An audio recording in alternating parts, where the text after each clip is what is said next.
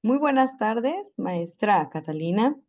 Mi nombre es Viridiana López López y voy a explicar el tema de la unidad 3 titulado El Estado mexicano y la política educativa de 1934 a 1946.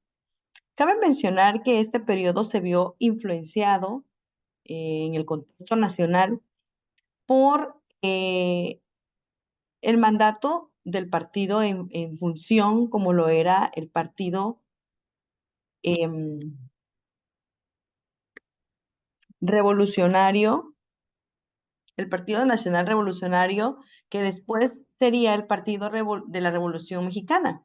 La estabilidad política la daba este partido en función. Sin embargo, también se vio influenciada por las acciones del presidente Lázaro Cárdenas del Río, así como de las políticas establecidas en el periodo postrevolucionario que ya estudiamos en la unidad 2. También teníamos, esto sucedía dentro del contexto nacional. Sin embargo, también habían sucesos en el exterior, en el contexto internacional. Los sucesos que pasaban los países alrededor del nuestro era que se estaba viviendo la Segunda Guerra Mundial, se vivía una lucha por la descolonización, pero también estaban ascendiendo muchos regímenes totalitarios, los cuales consistían en dictaduras en donde solo había un partido político y se hacía lo que el dictador decía, pasando sobre los derechos de las personas. Bajo este contexto, tanto nacional como internacional, se dio este periodo de 1934 a 1946 y a continuación veremos cómo influyeron estos diversos factores para que la educación llegara a lo que es hoy. Empezamos como primer número o como primer punto viendo el socialismo. Este fue un movimiento que se dio en este periodo, influyó de manera muy significativa en la política y en la sociedad, porque buscaba una agenda de justicia social en la que estaba inmersa, por aquí voy a señalar, la reforma agraria, que ayudó mucho a los campesinos de nuestro país, también a la nacionalización del petróleo y, por supuesto, a la protección de los derechos laborales con la organización o la creación de sindicatos para eh, salvaguardar los derechos de las personas. Estos sucesos fueron las bases para un desarrollo económico social de nuestro país en las décadas siguientes. Y hablando un poquito más de cada uno de estos puntos, la reforma agraria, recordemos que buscaba retribuir las tierras a los campesinos, a crear ejidos comunales, pero sobre todo se buscaba mejorar la vida en el campo. Esta medida ayudó mucho a las personas indígenas o a las personas que trabajaban en la agricultura. A través de la nacionalización de la industria petrolera, podemos rescatar que antes el petróleo estaba en manos de empresas extranjeras, no era de México. Se producía en México, pero no era de México. Entonces, al nacionalizarlo y hacerlo parte de nuestro país, da una influencia económica y una autonomía económica para nuestro país, sobre todo en los recursos naturales, como lo era el petróleo. Pero también durante este periodo, como mencioné hace un momento, se brindó apoyo a los sindicatos, a todos los movimientos obreros, pero sobre todo la educación en los trabajadores, y se establecieron programas de educación obrera y sindical para que estos pudieran hacer sus movimientos laborales y sindicales dentro del país. También a lo que educación se refiere, hubo promoción de iniciativas educativas y culturales, pero ya ahora basada en valores como la solidaridad, la igualdad, la justicia social y sobre todo la educación pública, que llegaría a los lugares rurales, áreas rurales y zonas marginadas de nuestro país. Es por ello que pasamos al siguiente subtema titulado La Escuela Rural Mexicana, cuyo personaje principal que podemos destacar es el profesor Rafael Ramírez Castañeda.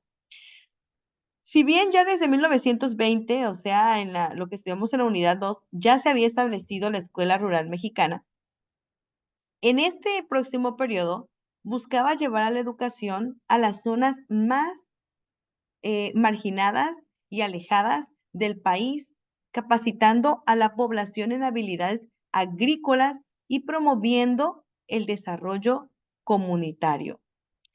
El profesor Rafael Ramírez Castañeda tuvo una visión muy grande porque fue moldeado a partir de la época en la que le tocó vivir. ¿Qué época fue esta? Esta época fue una etapa, que es la que estamos analizando en este momento, fue una etapa de transición, eh, de revolución, pero sobre todo se buscaba construir una nación moderna. Es aquí donde damos paso a la escuela racionalista, donde ya se buscaba la razón, la ciencia, la laicidad de la educación que ya antes se había determinado.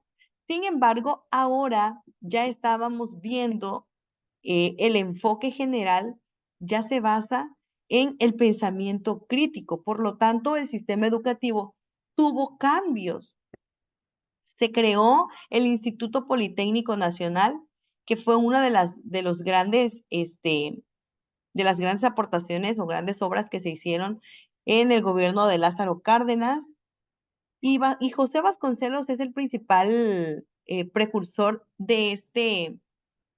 de la escuela racionalista, ya que él durante ese tiempo siempre buscó fortalecer la educación científica. Y con la creación del Instituto Politécnico Nacional, el objetivo era que hubiese calidad en las áreas como la ingeniería, eh, la, perdón, aquí me perdí, la ingeniería, la técnica, la ciencia, las ciencias aplicadas, que sabemos que si ahora habían facultades científicas en las universidades y en las escuelas, podríamos eh, también tener creaciones aquí en nuestro país y eso es un auge a la economía. Se reafirmó el principio de la educación laica y gratuita, pero sobre todo hubo un desarrollo industrial y tecnológico en México. Empezó a entrar a partir de que ya la escuela empieza a basarse en la razón, en la ciencia, ya no tanto en la religión, ahora en las facultades científicas. Entonces aquí va a haber, esto propiciaba un desarrollo para nuestro país donde entraría ya la tecnología. También se estableció hubieron reformas al artículo tercero, una de las que ya habíamos visto que es la educación es laica y gratuita, pero también ahora ya era obligatoria la educación primaria, se expandió la educación en todos los niveles para que todos los niños tuvieran acceso a una educación de calidad. Y aquí también tenemos, eh, ahora la educación estaba basada en valores. ¿Qué tipo de valores menciona el artículo tercero? La democracia, la justicia social, la equidad de género y sobre todo los derechos de las personas. Ahora no había solamente alguien que iba a mandar o a destinar lo que se iba a hacer, sino teníamos que, ahora se tomaban en cuenta los derechos de las personas. También hubo cambios en los planes y programas de estudio.